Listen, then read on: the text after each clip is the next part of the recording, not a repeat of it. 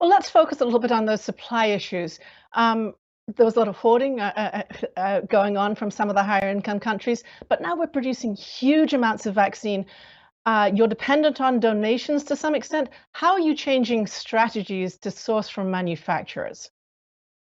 The idea never was to require donations. The idea was to put together a portfolio of vaccines. Since we didn't know which vaccines were going to work, our goal was to have the largest portfolio in the world, which we do. We now have 11 vaccines in the portfolio.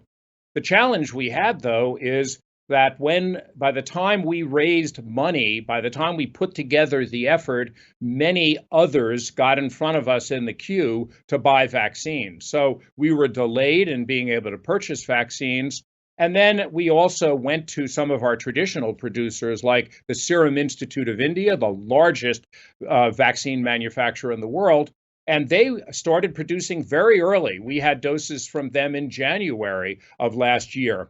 And the challenge was when the Delta variant appeared in India and the situation got severe, India stopped exports. And that meant that, we're now 300 million doses short of where we should be.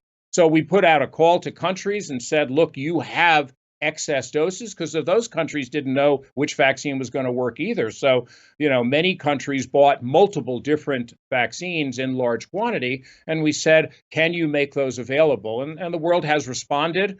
At the G7 meeting, the leaders talked about 1 billion doses of donations. We have firm commitments now of 640 million, and we've delivered 100 million of those doses. But I will say that this is not the solution. The long-term solution is to have reliable supply from manufacturers for all people in the world.